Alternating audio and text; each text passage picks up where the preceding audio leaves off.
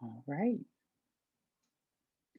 Well, hello, everyone, and welcome to our session. I'm excited to present our topic of queer revolution or evolution. You be the judge on that one. And we're going to be talking about challenges and changes that we have faced with an LGBTQ public history project in Central Florida. And I'm David Madison. I'm the current president of the LGBTQ History Museum of Central Florida, and I am a doctoral student at the University of Central Florida. And I am joined this afternoon by Alexis and Rhiannon. Do you both want to introduce yourselves? Yes, my name is Alexis Rodriguez. I'm a student from UCF, and my pronouns are he, him, and his. I'm Rihanna O'Neill. I'm also a history master's student at the University of Central Florida, and my pronouns are she, her, hers. And I forgot to introduce my pronouns, also he, him, his.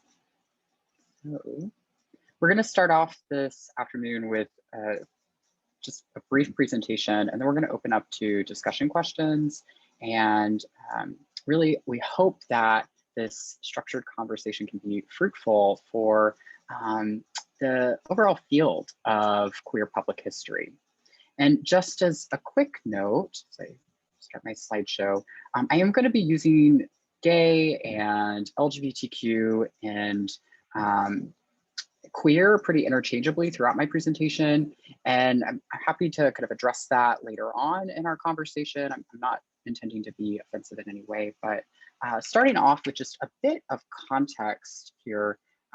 As a scholar, Susan Ferentinos described in her May 2019 article for The Public Historian, an issue commemorating the anniversary of the Stonewall Uprising, the progress of gay liberation is inseparable from the visibility of gay history.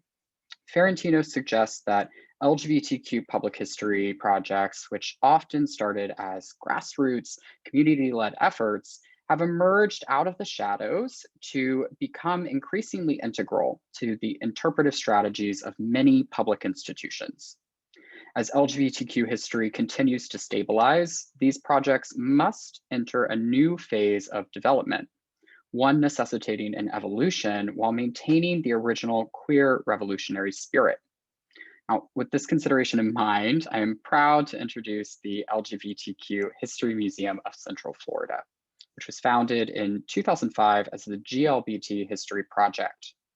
Like other regional queer history initiatives, our organization started with a meeting of community members with varying backgrounds.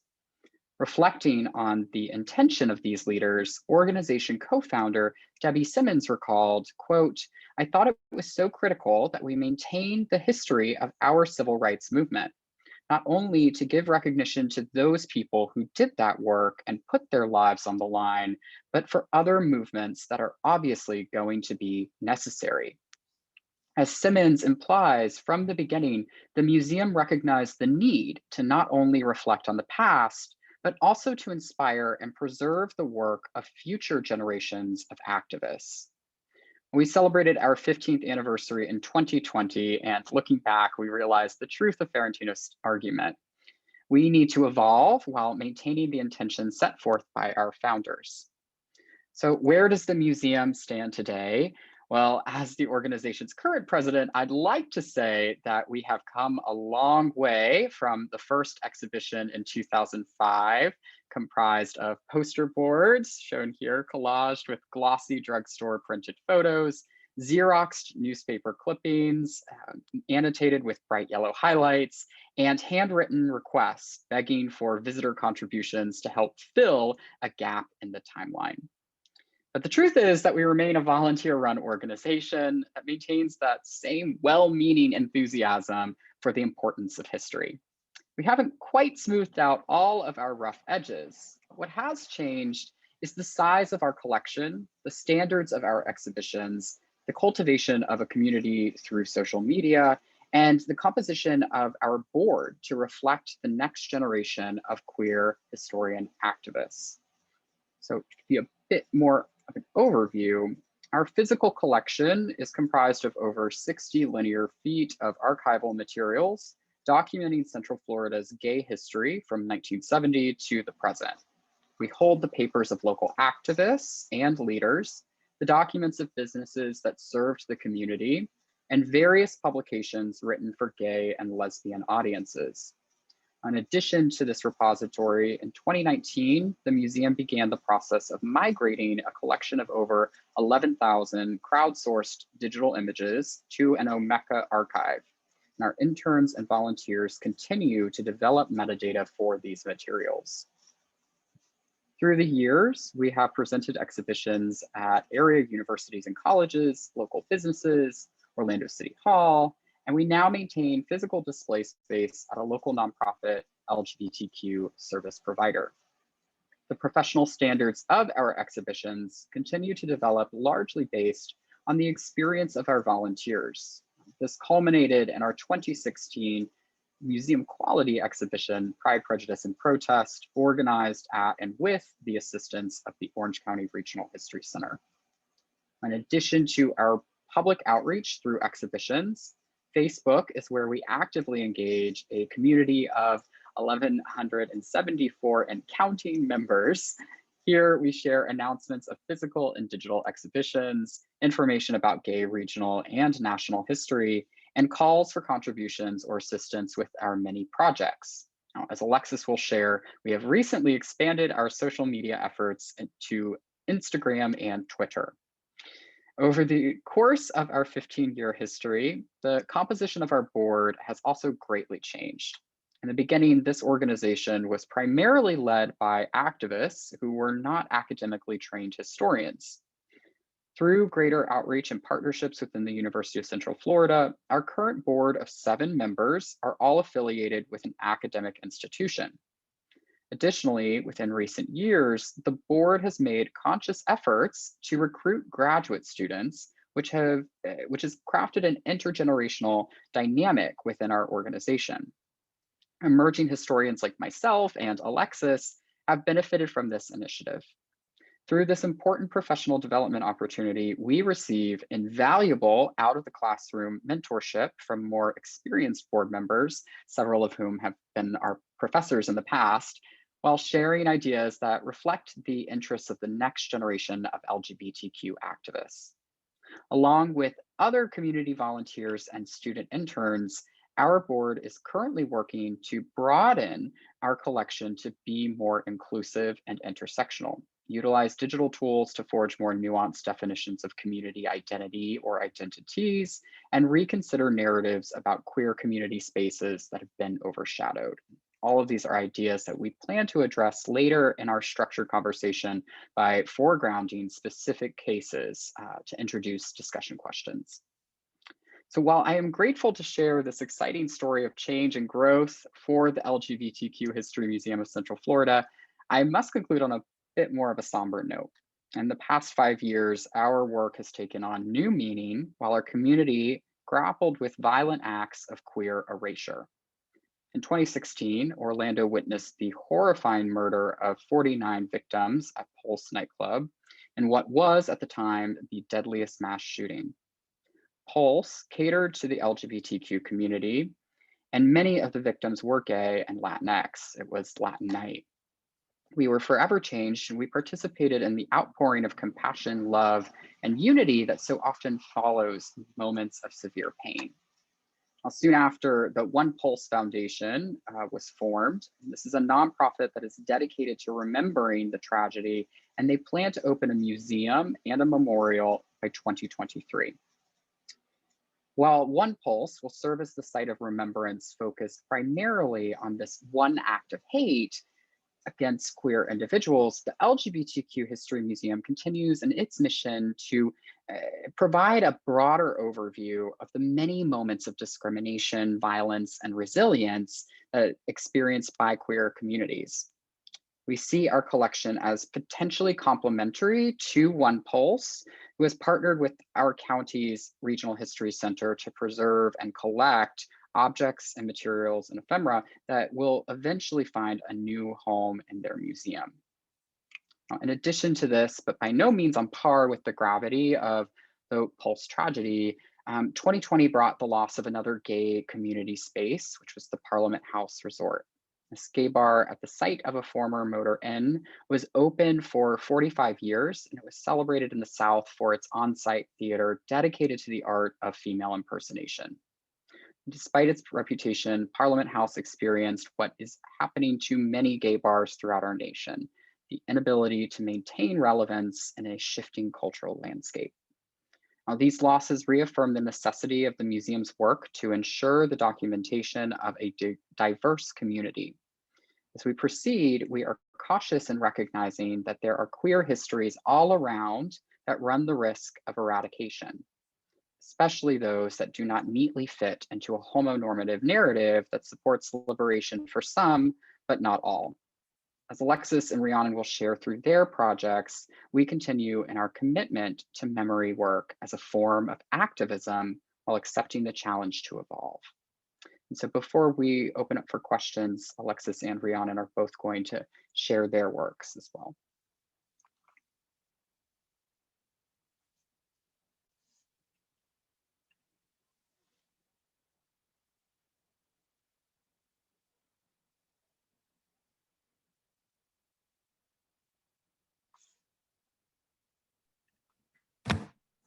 Hello, again, my name is Alexis Rodriguez, and I have some preliminary questions. So how do we engage in community outreach? How do we build trust with individuals in the broader community? And what approaches can be made in maintaining relevance cross-generational? So my internship was focused on finding metadata information related to photographs of past drag queens within the museum's archives. Initially, I reached out to the museum's Facebook page along with researching online for potential information. However, there was seldom narratives, which made acquiring facts difficult and a bit discouraging, along with the difficulty in penetrating cross-generational boundaries. Luckily, few of the photographs contained a key to a plethora of information: a watermark of a photographer and bartender named Locke Robertson, who was active in Orlando's drag community and on social media. Through using my personal Instagram page as a tool of research, which I will later discuss on the usefulness of social media platforms, I reached out to him and worked on building a biographical narrative for each of the images, which ended up being a substantial section of the collection I was working on.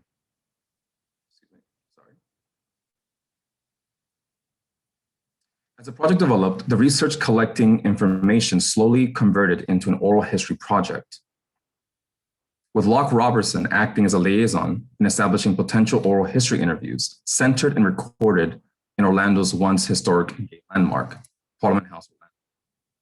Cross-generational conflicts and issues of visibility emerged out of these conversations, with some older female impersonators explaining the lack of awareness and respect from younger generations of drag performers in the broader Central Florida LGBTQ community. One performer, who was the oldest active drag performer in Central Florida, explained after an interview that there was a lack of respect and acknowledgement from the younger crowd, especially performers, on the path they paved for them, stating they don't know their roots. The issue of visibility became more apparent as I continued communication with said performer, who in a conversation reflecting on past performers stated, Billy Boots and Miss G said Paul and I will be the last of our generation, and Paul is now gone, and now I'm the last one. This, of course, plays in the theoretical issues proposed by Alessandro Portelli, who argued that the importance of oral testimony may lie not in its adherence to fact, but rather in its departure from it, as imagination, symbolism, and desire, demonstrating the emotional experiences rather than just factual data plays a significant part in developing a historical narrative. Unfortunately, during the pandemic, Parliament House Orlando permanently closed, causing an older generation of performers, of patrons, who had ties to the nightclub, their potential locations. Yet thankfully, by building that trust with them through collecting oral histories and showing interest in their narratives, I remain in communication with them. Desiring to share their narratives as the pandemic further developed, I worked with a volunteer in developing a social media platform outside of Facebook, such as Instagram and Twitter. As the Instagram page grew in followers, so did communication and inquiries from the younger generation, some asking for their information to a particular image and potential volunteers finding ways to join the museum. Unexpectedly, the use of social media facilitated a cross-generational crowd as it helped maintain the museum's relevance for the younger generation through presenting historical narratives from the previous generation and the Central Florida's past, providing not only visibility, but also maintaining relevance again and support in developing the LGBTQ museum. This also plays a role in development of the timeline, which Ree will also explain.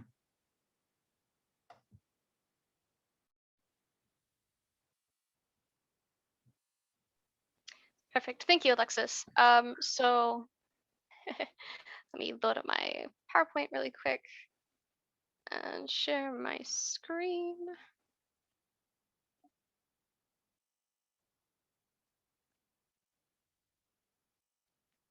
Okay, so again, my name is Rhianna O'Neill. I'm a public history MA student at UCF. And my presentation is Editing the Central Florida Timeline, Blending New Interpretive Efforts with Past Contributions. My internship with the LGBTQ History Museum of Central Florida involved editing and updating a timeline of events in local queer history, beginning from the 1960s. As I will talk about in just a moment, this process was more than just changing acronyms to reflect current practices, but also involved a lengthy consideration of memory and narrativity. I have three key goals for this presentation. First, I will go over my internship structure and achievements with the museum. Second, I want to discuss the biggest challenge of the internship, which was the difficulty of respecting past interpretations while introducing new research. And lastly, I will discuss the issues of doing history with limited sources and how those sources or lack thereof shape our current narratives of the queer past, which is ultimately a difficult past. So the first thing I want to quickly go over is what my internship entailed and what I achieved with it. The focus of my internship, as I said, was to update the museum's Central Florida timeline.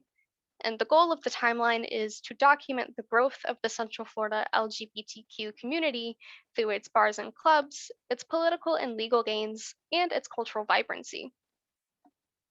This timeline was developed using the open source software Timeline.js, which, though limited in its capabilities, nevertheless allows for a level of interactivity and what scholar Michael Connor calls open-ended meaning making. Because my primary focus was on updating the timeline, I performed both copy and content editing, as well as making the timeline reflect this push for user-based meaning making. Before my internship, the timeline was kind of a jumble of events with no clear categorization or theming. And so part of what I was able to do was to create those themes into which each event fell, such as politics or entertainment. By grouping the events into themes, users can scroll along a row at the bottom of the timeline to see all the events in that theme. And to show how the timeline developed, here is a before image of the opening text and how it was originally laid out. As you can see, the text was in one big chunk. The acronym GLBT no longer reflected the museum's own name, and it was kind of clunky without a lot of visual interest. These images, however, show the kind of editing that I applied to the timeline. I updated the acronyms, I created a bit more of a narrative flow within each event, conducted research to include sources where I could, and also included some kind of media. Of the 200 plus events on this timeline, I was able to update at least 30 from the 1960s up through the early 80s. So the events that I focused on really represented a period of queer history that is difficult to locate in the archives and therefore challenging to fully narrativize, as I will discuss in a few moments. So now that I've given a brief overview of my internship achievements and the structure of the timeline itself, I want to turn to the biggest challenge that I faced in this internship, which was balancing respecting previous previous contributions with updating the events through new research and creating a unified voice. Multiple people over many years had contributed to the timeline, and so each event was described with different vocabularies, grammatical styles, and emphasized different details. On the one hand, these styles reflected how the people who wrote these entries thought about and described their pasts, but on the other, the timeline is meant to be a research reference for both community and scholarly users. Its tone and diction needed to reflect our audience needs.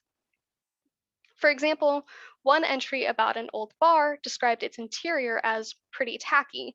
And so instead of getting rid of that language entirely, as you can see here, I incorporated it into my edited version as a quote. In this way, community memory is preserved alongside the needs of our audiences. Memory was also difficult to deal with when it came to events that had competing narratives. The best example of this was an entry for the first Orlando Pride Parade, which listed 3 different years and represented multiple narratives. I wanted to use the museum's community and posted about the event on the museum's Facebook group, asking if anybody remembered the event, when it took place, what traditions might have started there, etc., etc. And I unfortunately got nothing back on this post. But in my discussions with fellow intern Alexis and our supervisors, I ultimately edited this entry to demonstrate the importance of memory, even when the specific details are unable to be reclaimed. The significant thing was that there was a first Pride Parade and what that meant for the Central Florida LGBTQ community. And this brings me to my last point for this presentation, which is the relationship between sources and narrativity. The LGBTQ past is difficult to research because the impetus to routinely collect and preserve items, papers, and photographs was undertaken by members of the community itself. During and after the AIDS crisis, a lot of these people unfortunately were lost, and a lot of the material they collected was lost with them, which makes an effort like the Central Florida timeline simultaneously necessary and challenging. The timeline functions to connect the Central Florida queer past to its present and its future, providing a sense of historical identity. During this internship to update the timeline, I found myself at a loss for how to conduct research on events that only seemed to exist in the timeline itself. And I had to reevaluate how I was doing research to be more creative in finding sources. For instance, sometimes what I needed was already in the museum's collection, but often I had to scour blog posts, web archive files, and old forums for information. In essence, I had to shift my idea of what was reliable and what was not, as the alternative often was to have no sources at all. This research helped me begin to ask a different set of questions relating to memory and its function in mediating narratives of the difficult past. Source availability also, therefore, hugely impacts the narratives about the past. These narratives will inevitably be different from how they would be interpreted otherwise. And source availability also impacts who is featured in our narratives. Overwhelmingly, the sources and stories that populate this historical timeline relate to cis gay white men and cis lesbian white women to a lesser degree. Persons of color, bisexuals, and trans individuals are largely absent from this record. Historian Susan Ferentinos argues that we should try to reconceptualize the LGBTQ community as communities, plural, so that we avoid equalizing the experiences of the diverse range of queer and gender nonconforming lives. Intersectionality should be brought to the forefront. The museum's efforts to reclaim other experiences, such as through Alexis's internship conducting oral histories, will help round out these initial sources and expand the narrative of the Central Florida queer past. By beginning the process of updating the timeline to reflect present and future needs of the communities, my internship connects with scholarship which argues not only for interactivity, but also for issues of narrativity. The overlapping roles of memory, community, and cross-generationality are still developing in the timeline, but already the importance of these issues is clear. As a digital tool of public history, the timeline also connects the past with the future, therefore extending memory between groups and across generations. The timeline's function as a local and scholarly research tool also broadens its audience and therefore its place in community memory. This presentation and those of my co-presenters sets us up for a conversation about interactive history-making efforts, user needs, inclusivity and diversity, and what it means to be queer in a world where queer is mainstreamed. Thank you.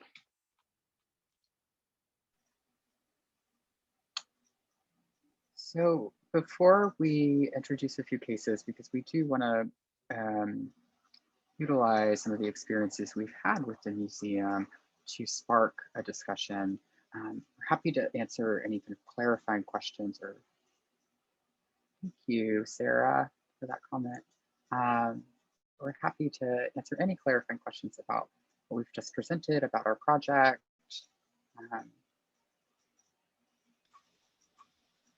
Feel free to jump in.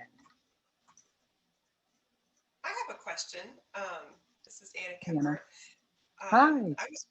Hi. Yes, I was wondering how I was really interested in the idea of competing viewpoints and different narratives, and I was wondering how you reconciled some of those and whether you got any pushback from. That's not what I remember. This is, it sounds like that may have been either potential challenge now or in the future. And how did you make those decisions, and have you made any plans for how to tackle that should it come down the pike at some point in the future? I can take the first part of that. So the example that I used of the first Orlando Pride Parade, with its 3 different starting dates and competing memories that surrounded it. So far, I haven't gotten any responses still on that Facebook post. So there hasn't been a lot of pushback on, hey, this isn't what I was thinking, or this isn't what I remember. But again, as I said, the important part was that, or the what I wanted to emphasize and what I tried to do throughout the timeline is that these things are important because they happened. And yes, we should respect individual memories as they come up and discuss how they relate to overarching broader narratives. But I think, again, the important thing here is to collect what happened and less about, less focus and hyper focus on the very specific details, especially for a marginalized community like this. So. Thank you. I guess that goes along with what you were saying as well about rethinking sources in general. What is a reliable source? Does there have to be one answer? That's a new way to think about it for me as well. So thank you. I will say there's been multiple moments in our board discussions where we have had differences, and we're going to actually introduce a discussion about our logo and proposed logo change. And it's just become so, because we are such a mixed and diverse group in terms of age, it's become so important for us to listen. I can't emphasize that enough, to each other, right? And that gets messy, right? When there's some members who are a bit more vocal than others. And so it relates to, Rihanna's ability or attempt to balance here, just a willingness to kind of accept different perspectives. It's not a perfect science, though, I will say that. Alexis is our current VP, so I'm sure he feels, I don't know how he feels, but we did have another question from James, and I thought this was interesting. Is the museum working to negate the popular idea of queer history beginning in the US with Stonewall? So, I mean, I think in some ways, we're centered here in Central Florida, and so we are expanding beyond kind of a New York-based idea that revolution happened just there. So we're expanding geographically in terms of our conversation about gay liberation. I also feel like we're moving outside of, well, I mean, we're going to talk a little bit about the ways in which we're moving away from just focusing on bars as spaces of rupture, and how the community has cultivated change in other locations as well. That's a big part of our narrative. James, I don't know if you have any other kind of tidbits about that, or if my other panelists want to chime in.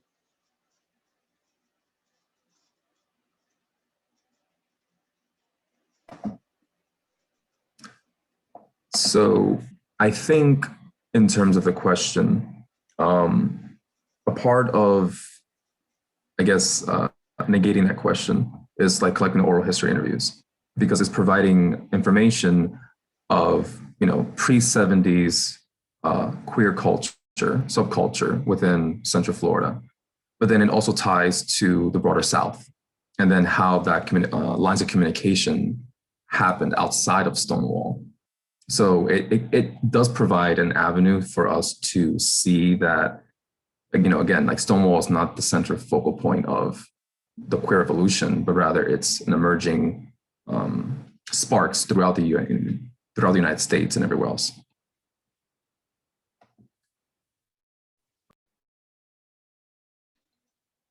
I'm also thinking about like what queer theorist Heather Love talks about in Feeling Backwards, of not just sanitizing the past or presenting a narrative of kind of queer triumphal, the march of gay rights as a liberation or as a progressive movement, but like paying attention to painful aspects of our history and not just turning away from those moments.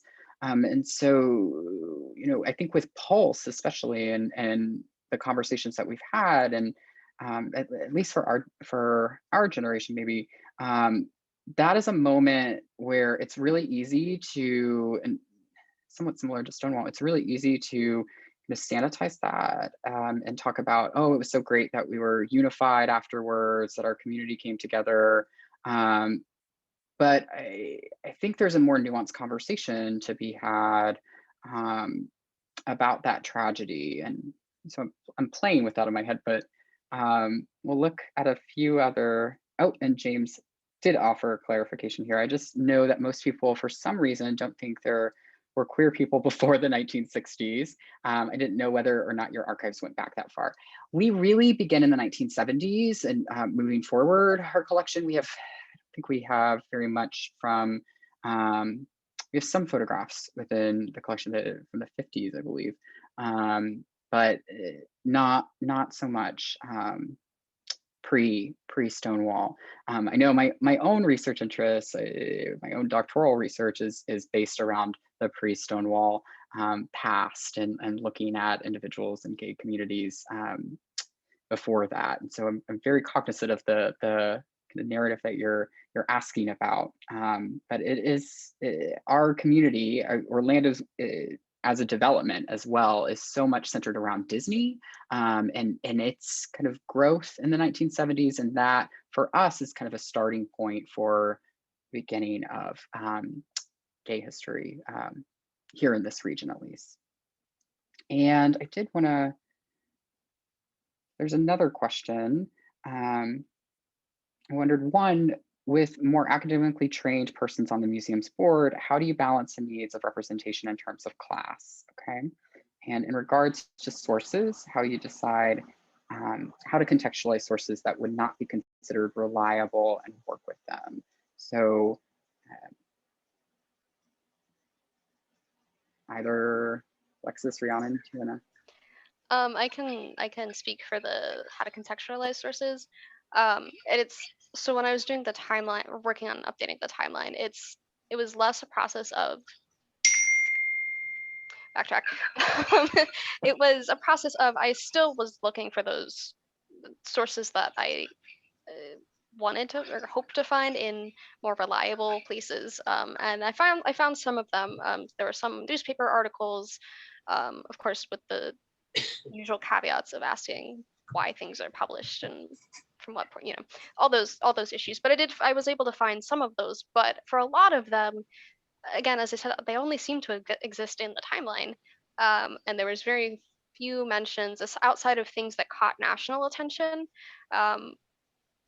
Very few things that I could find, even places where old bars had been, like those addresses are Like I'm sure that those places still are there, but any reference to them is kind of gone. So it was very much a process of going back and forth between what is available and then finding what else is out there, if anything, to back it up. And sometimes it worked and sometimes it didn't. And it's just a matter of what can you do with the time that you have, and what can you do with the resources that you have.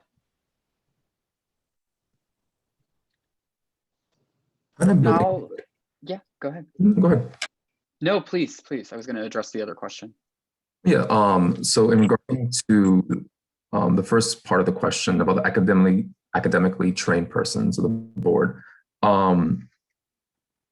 interestingly enough, through working with the oral history projects, as well as making connections via social media, there has been interest in joining the board, volunteering, those outside of the academic circle in a way. So we are kind of broadening out and being more inclusive with the public, with the community itself. Another part of the question I can answer is, in terms of the oral history itself, we are trying to broaden that narrative as well by showing different issues such as race, class, and everything else. One of the drag performers is African American, and in explaining how he grew up in Orlando in terms of that time period and everything else and the challenges that he faced. So it is providing a means to have his narrative put forth. So. No, I would also say that we've put policies into place in the past that have, we have a board contribution, a financial contribution, and we do have a give or get policy. So if you can't raise them, or if you can't provide the money, then you can raise the money. So we are conscientious of that.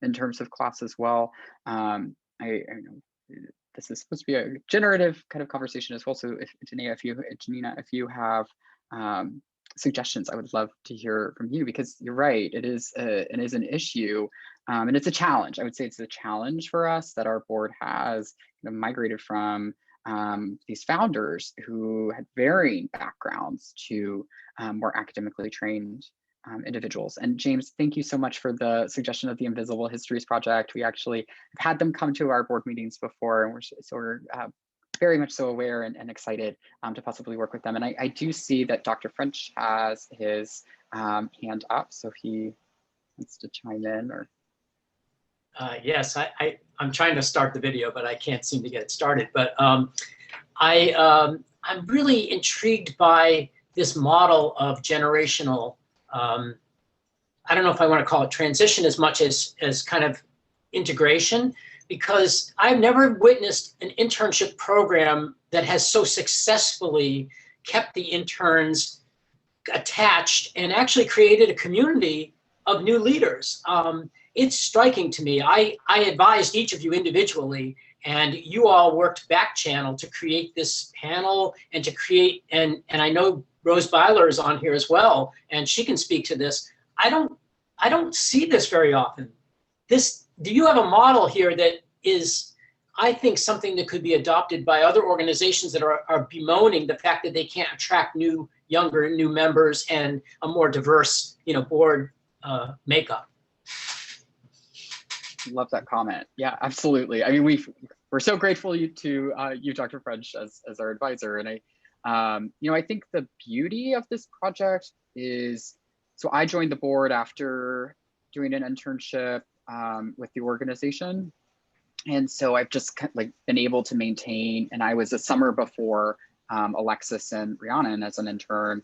And so I was able to it was a pipeline, right? Like there was a direct pipeline for me to continue to be involved. And since that internship, or since his internship, Alexis has joined the board as well. Rhiannon's a little too busy, I suppose, for us working on her thesis, but yeah, and the exciting part is, so I'm now the current president. And we're about to have a new intern, also from UCF, but also from another local college.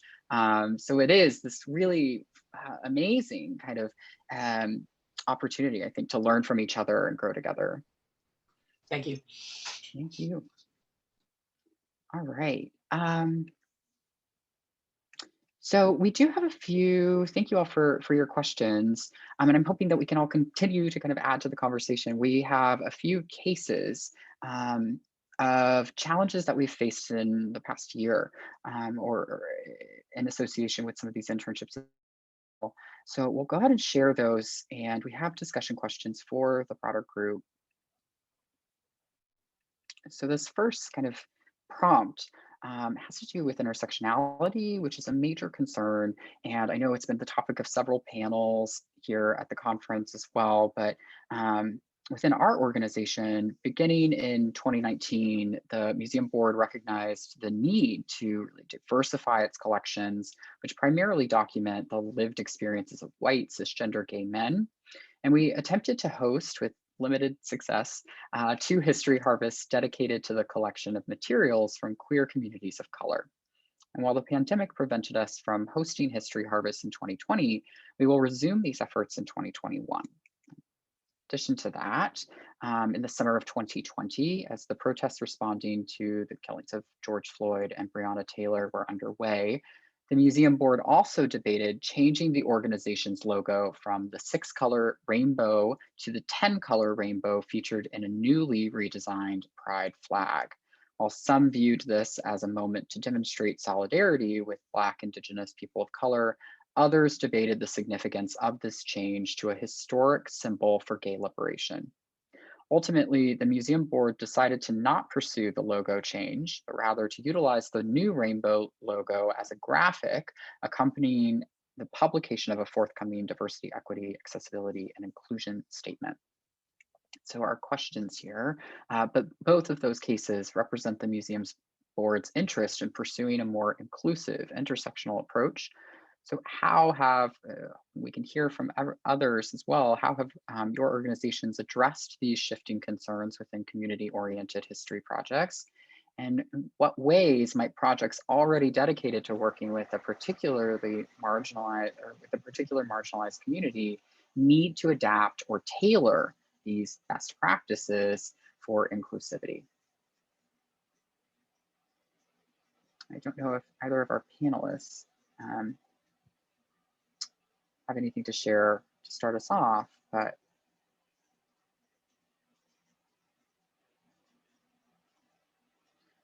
well, I will say that the conversation about the logo change within our board, so the adoption of a 10-color versus a 6-color rainbow flag, was a really, really fascinating, like looking back, it was a pretty difficult conversation. There were some very heated opinions about this. And I don't know, Alexis, how did you feel actually in talking through that? It was a bit difficult, especially being part of that cross-generational dilemma, I guess, that both points were valid in terms of the historical significance of the original Pride flag, while at the same time making it known that there is relevance of being outside of that, those norms.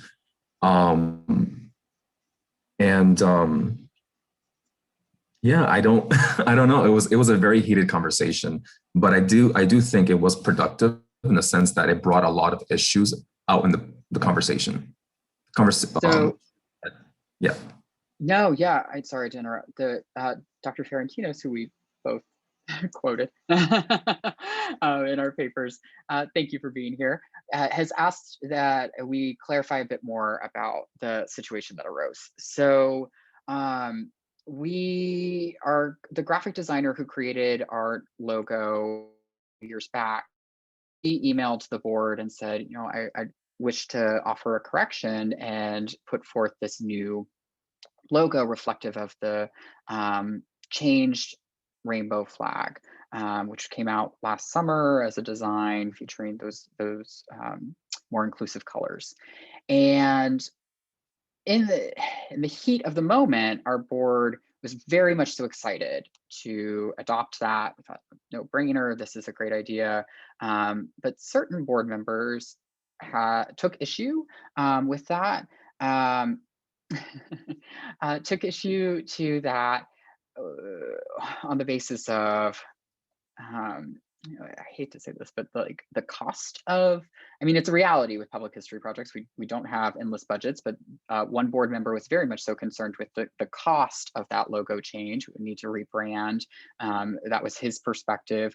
We also had a volunteer though, and this was really interesting, a volunteer that we haven't really heard from much in the past, and she put forth this argument based on the history of the rainbow flag and what that stood for Gilbert Baker, the original, and of course the 6 colors were meant to be inclusive of all races of queer individuals. And so it was a fascinating kind of conversation.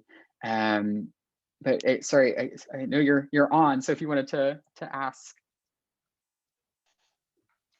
No, I wanted you to see that I was here, but I just wasn't like the fact that changing the logo would be controversial wasn't immediately apparent to me, like why that was. Sure. It's interesting that it was a reference, it being a history organization, and that the opposition to a new logo was historically based. I find that very interesting. And so I guess my follow-up question is that you decided not to change the logo, right? So was it put to a vote, or like was consensus reached, or was it kind of a wins kind of thing? So we did reach, well, we reached a compromise really in putting forth that logo. In the excitement of the moment, it sounded like a great idea, but being reflective, we realized we did not have a diversity, equity, accessibility, and inclusion statement kind of already in place. And that became something of an issue. Like, are we just putting forth this image then to be more inclusive, or are we actually being inclusive in our practices? And we have made outreach efforts into communities of color, as I shared with that History Harvest example, but it's been a challenge. And our collection is still majority white and majority cisgender male in substance. And so we reached a compromise as a board by saying, okay, maybe we don't change the logo, maybe we keep the logo and we share this information, this debate. We should be transparent about that with our board, with our volunteers and with our community, and put out a diversity statement, and then share this debate we've had about the history of the rainbow flag. And so it was this interesting kind of teaching moment, I would say, related to history, related to National Day history. Sorry, I know I've been dominating this conversation, but Rihanna and Alexis, feel free to also share.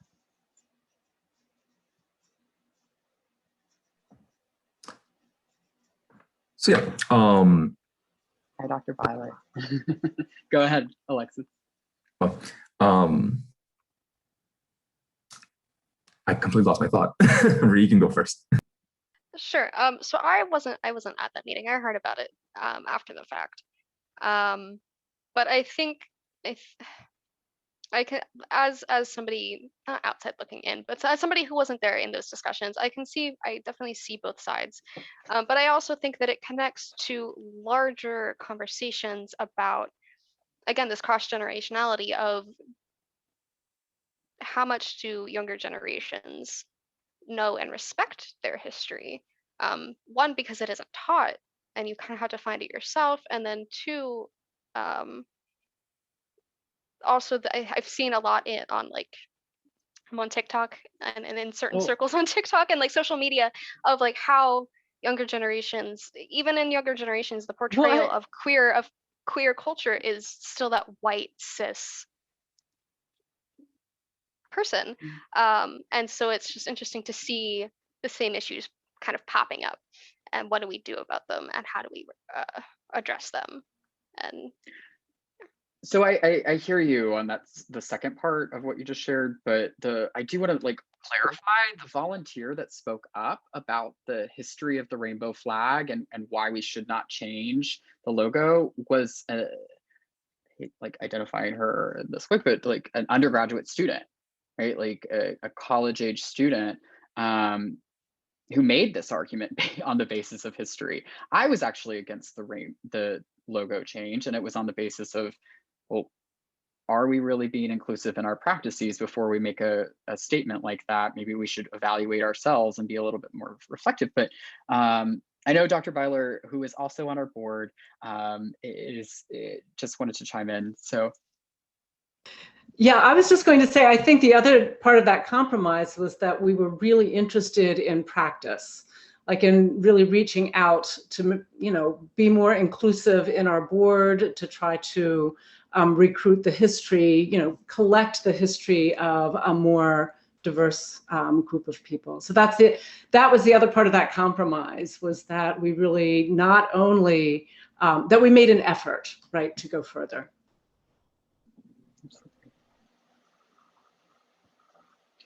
All right. Any other follow-up, Alexis or Rhiannon? Okay. Well, we'll look at another case. This one is related to the Central Florida timeline that Rhiannon introduced during her presentation. Let me just pull it up, Rhi.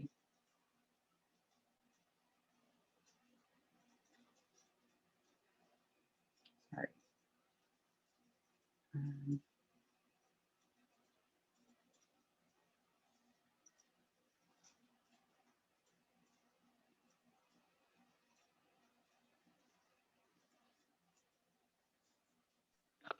thank you. So digital tools can be utilized for a number of functions, not least of which are scholarly and local research. Yet tools like the Central Florida Timeline can also be used by multiple generations, as we've been talking about, to establish or reestablish a historical identity, healing through remembering, and healing through learning. Though not its initial objective, the Central Florida Timeline may, for some, function as a tool of identity by documenting the growth and struggles of the local queer communities. So what are some ways that public history projects can account for / mediate the use of a digital tool by multiple groups in the context of intersectional, cross-generational, and original intent? It's a mouthful. I can make Oh, sure, go ahead. Yeah, I can make a point in terms of this. So the majority of the people who are of the older generation still use Facebook, and that was primarily like the avenue that Rhi and I were using in terms of trying to access information. But there was that issue, I guess, of perhaps trust or connection with them because we are of the younger generation. Interestingly enough, so Twitter and Instagram, especially Instagram, provided an avenue in developing that relationship with the younger generation, while at the same time with the older generation. Because by showing the older generation, here's your history that's being presented digitally through Instagram, and these followers are looking at it and they're asking questions about it, we're building that type of trust with the older generation. So there's this interesting dilemma, which was facilitated by the pandemic, to use like Instagram as a means to communicate in that sense, like to both sides. So can you just be a bit more specific? Are you talking about the older and younger generations of drag performers? Because I know that was an aspect of the interviews that you were doing, that they communicated to you several drag queens who are actually now retired. I don't think they continue to perform, but going to the bars and not feeling visible, right? Like within those spaces. Is that what you're talking about? Because I don't know. I don't want to put it as like a total old young thing, right? Oh, no, yeah, definitely. Like going to the bars and everything else, it allowed that initial contact with them.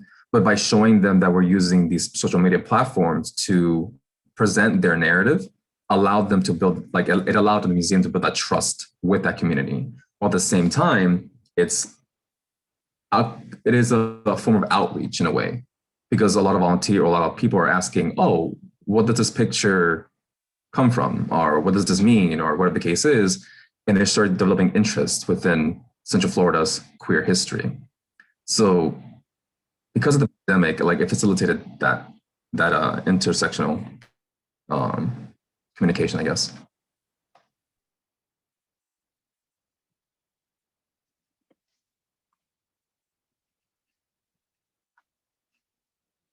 So digital tools utilized to cultivate memory, is that Bree? Yeah, and really where this question is kind of coming from, just to give some context, is when I was originally working on the timeline last summer, its original purpose in my eyes was just kind of to perform the function of providing that kind of history. And the more that I sat on it, and even after the internship ended, the more that I sat on it, the more it was like, yes, history, but also identity. And how do we form ideas about ourselves if not looking to the past, and how important those kinds of things are, not just the timeline, but also the museum collections at large. And what do they say, not only about the past, but about where we're going, if that makes sense. Mm-hmm. And then, but that's also again where this movement that the museum is taking of more steps towards diversity and inclusion to broaden those identities that are there or that can be found. And it's not that those identities didn't exist, because they did. It's just that they need to be better documented.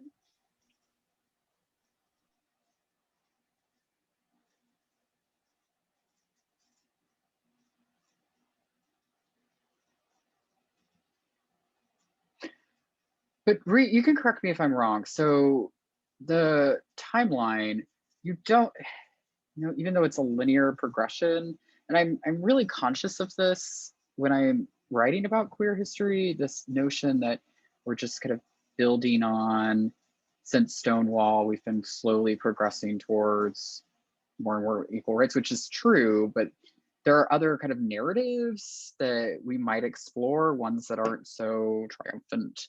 I mean, I love having rights, but at the same time, I think a big part of queer scholarship is to devote space to counter-normative or those existing outside of like normative public, right? Existing in a counter public. So there were other events, right? Not just. Yeah, so if I'm remembering correctly, a lot of the events, not a lot, but I would say about a good fourth of the events that I worked on were strictly about kind of the setbacks and the struggles of Central Florida queer communities. There was a lot of murder that was on the timeline of these were like, there's a lot there, and there are a few of them reached like national attention. There was murders, other hate crimes that didn't result in death. So there is this kind of narrative throughout the timeline about kind of the fact that yes, we are still gaining rights as time moves forward, and this kind of bend towards justice. But for every step forward, there's a kind of like a half a step back, if you will.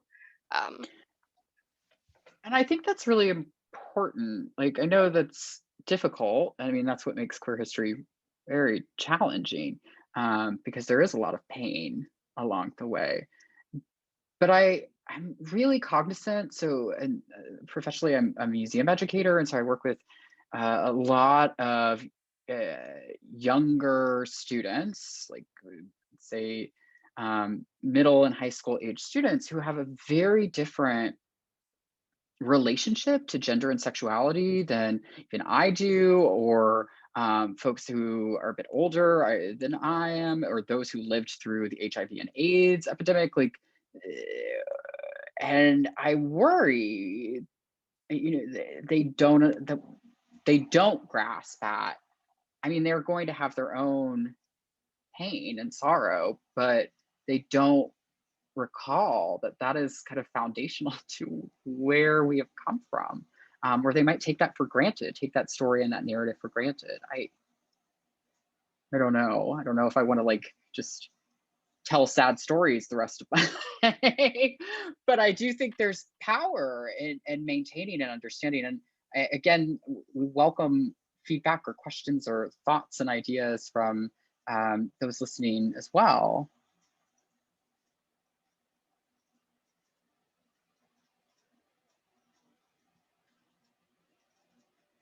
So I love this. Sarah is commenting that something I did for a project was having intergenerational conversations with the public so that people could hear directly from people still alive versus watching a recording.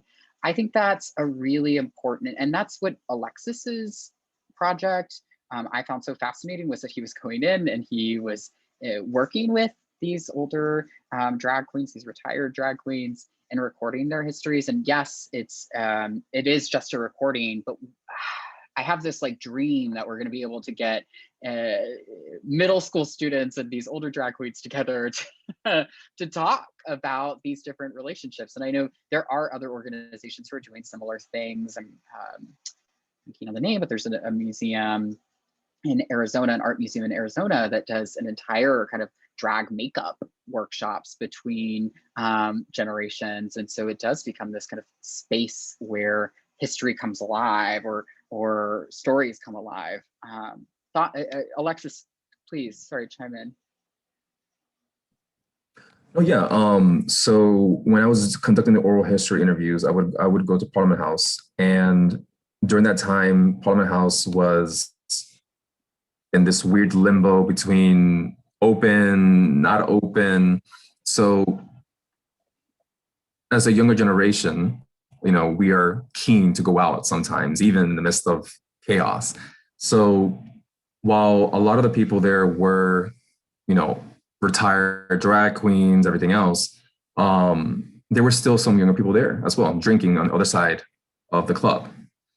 And through that connection and that dialogue, like, a lot of the younger started coming in and asking questions and participating within like the conversations we were having, you know, at the club, you know, doing the oral histories afterwards. And then another thing too, in terms of, I think another point that was mentioned previously, while we were focusing specifically on drag queens, has broadened out more to focus now on, you know, transgender and people of color, and even out, kind of like what David mentioned, outside the whole gay bar scene as well. Because while that narrative is useful, that's not the only narrative that we have. And I am looking at the chat right now. James is sharing that he worked to create another digital tool, mapping the locations published in Gay Guides in Alabama, Mississippi. We actually have a copy of a gay guide in our collection, our digital collection from 1960 to 1989. That sounds like a really interesting project. Thank you, James. And yes, Sarah, I think that is the beauty of bringing in younger students and older folks together to create those memories. And yeah, it is always fascinating to see what people ask, which I would never even think of. So thank you for sharing that as well. Rhiannon, do you have any other thoughts through? I did, and it just went away. So, but I think Alexis's point are kind of a good segue into our next discussion point if there's nothing else. We just had Miranda chime in the chat, and I'm hoping we're also checking the feed loop chat. Nope, nothing there. But Miranda just asked, I work on mapping LGBTQ St. Louis, and I often struggle with the reality of programming for disadvantaged people in our society, especially queer, Black, and Indigenous people of color who are in their teens and 20s, who are really struggling economically, and time to think about history is a luxury they don't have while working 2 jobs and fighting the slumlord. Absolutely. So through my other role at our city's art museum as an educator, I do work with an organization, a social service provider here that works with LGBTQ youth who are at risk, many of whom are experiencing homelessness. And, you know, I go in and I do art activities with them, but lately, in the right before the pandemic, I was trying to bring in more examples of queer history because, you know, they might be there to get their laundry done, like to work on their laundry, to have a space to just like hang out, to get food, to receive other social services. But if I can just give them a little bit more context, because, or give them a little more history, because as Rhea is kind of pointing to, it is integral. I think we would all agree with that, but having an understanding of our background, having an understanding of our past is integral to building our identity as human beings. And that might seem like a luxury, but I don't know, I also feel it's a necessity. Do a craftsman activity, best way to tie history to the arts? Absolutely. What craftism? Oh, craftivism. Oh, I love that. Craft and activism. Okay, best way to tie history to the arts. And Sarah's opinion, banner making, quilt making, so many great queer crafts. I love that. Absolutely. We do a lot of visual journaling in my class. So, but I love those suggestions as well. And yes, so you want to move on to the next question? All right. Absolutely, we want to get them to connected to their history. It's always good to get more ideas and perspectives. Absolutely, yep. But I think it's important that we go to the places where the kids are hanging out, right? Like that's been such a valuable experience for me to go to this organization and have the opportunity to share about our history in some small way. I think it's difficult to get younger students to come to you, right? So I'm thoughtful about that outreach. All right, we will kind of wrap up with one more case study, and it does relate to what Alexis just shared, this notion of moving history out of the bars. So much of gay history has been documented within bars and culture, and through several projects in our organization, which include collecting efforts, exhibitions, and a documentary. Our museum has focused extensively on the space of the gay bar. Often the narrative centers around the bar's importance to the formation of a gay identity by serving as spaces for meeting, cruising, and community building, particularly during the height of the HIV and AIDS crisis. As Alexis shared through his oral history project, gay bars continue to prove as a fruitful site for historical research, especially when capturing the narratives of older drag queens who express feelings of being forgotten or overlooked, invisible. While we may find new ways to queer the gay bar within our research, our museum is also committed to a renewed focus on other spaces of queer connection. And so what's so intoxicating about gay bars? If your work or research relates to gay history, what other spaces have proven surprising or generative for your understanding of queer publics? So we'd love to hear from you. And just as technology has affected the practice of cruising within gay bars, how might the affordances of social media, I think Alexis has really shown us through our Instagram, the ways that this can prove fruitful.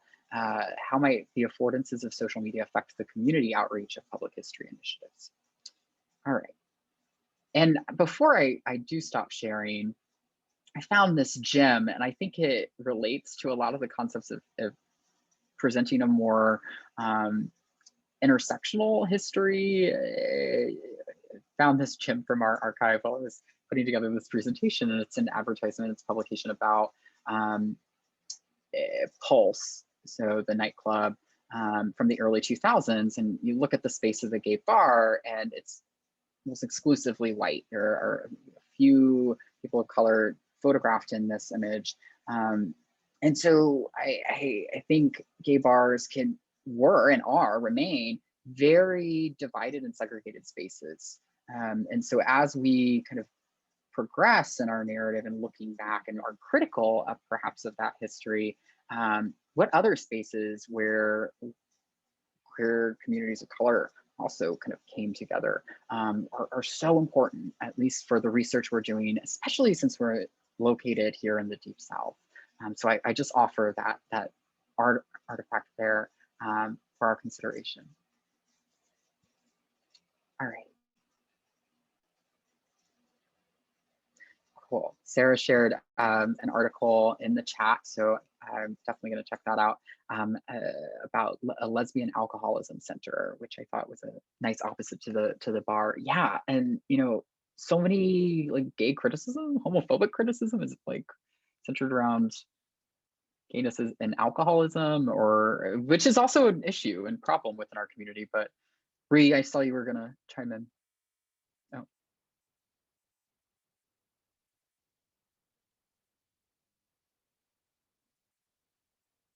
Alexis.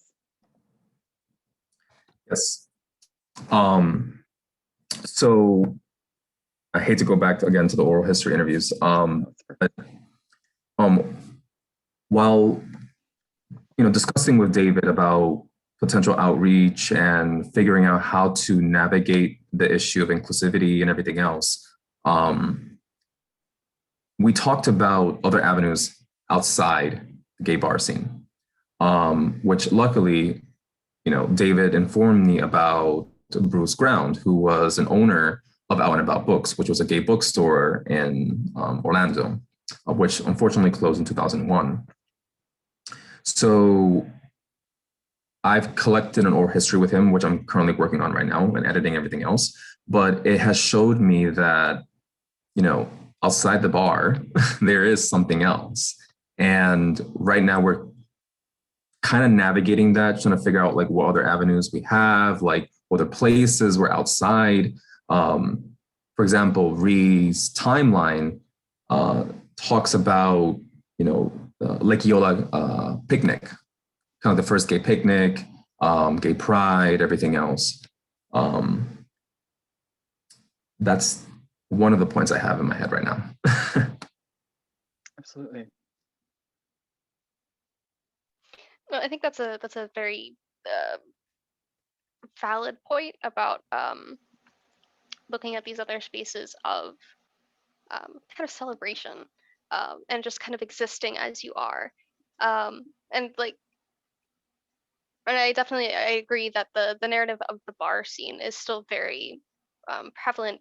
I think in part because that was one of the few places that LGBTQ people could go and not be harassed because there were spaces exclusively dedicated for that.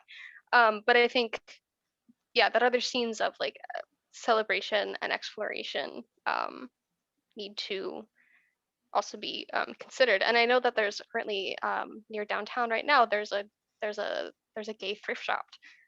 So spaces like that, just things you wouldn't think of, and like everyday things, and just the history of everyday life, kind of. Mm-hmm.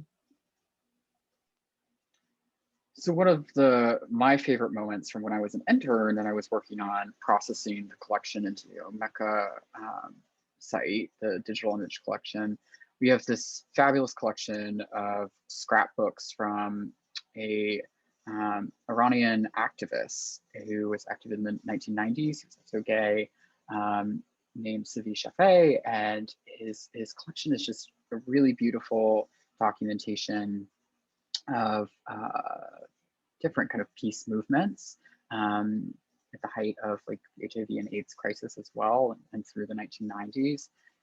And so it was a really interesting collection for that. But it was also that he was the owner of this restaurant in Winter Park, Florida, which is a pretty conservative suburb of Orlando. It's about 20 minutes from downtown Orlando. And it's got that old-timey, folksy, or old town feel, small town feel to it. And so he owned this restaurant, this cafe at the heart of Winter Park. And it was this amazing space where, and it's still there today. It's different, the ownership is different. Shafei passed away. But while he was the owner and the manager of that space, he would put up paper on the walls and ask people just to like write ideas, or he would put up a democratic quote, a very liberal quote or notion up on the wall to spark controversy. And he wanted people to engage in a dialogue. And so it became not only a queer space in the sense that it was managed by this man, but a location where the free thought of liberal ideas and conservative values clash together. And it's not one that we're currently working with students right now who are looking at that particular space. And so I'm just really excited to talk about that and to like, I don't know why I'm so anti-bar right now. Maybe it's because we're in the middle of a pandemic and I can't go get a drink at a bar, but I just think we should supply a bit more nuance, perhaps. And I think that's really important to the next generation who is witnessing, as we all are, this eradication of gay bars, this loss of gay bars. I mean, it was incredibly difficult this past year to witness the downfall of Parliament House, which has been in our community for 45 years. So I don't know, I guess those are my thoughts, but I'd love to hear other spaces as well. Feel free to unmute, but Megan is saying, I think social media and certain online spaces have been increasingly important for queer community building, especially among younger individuals, and especially in the midst of the pandemic. Absolutely. The internet is a place where you can be safe to be yourself, even if it's not safe in your real life. And it's frequently more accessible than bars. So sure, I think that level of anonymity that the internet can sometimes provide, I guess we're always being tracked, aren't we? But level of anonymity, or the belief of anonymity, can perhaps allow for others to participate in queer community building.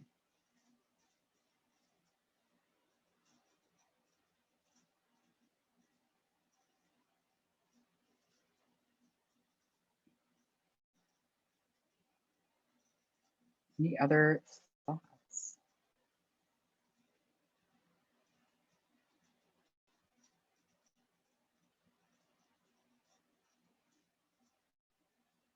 All right.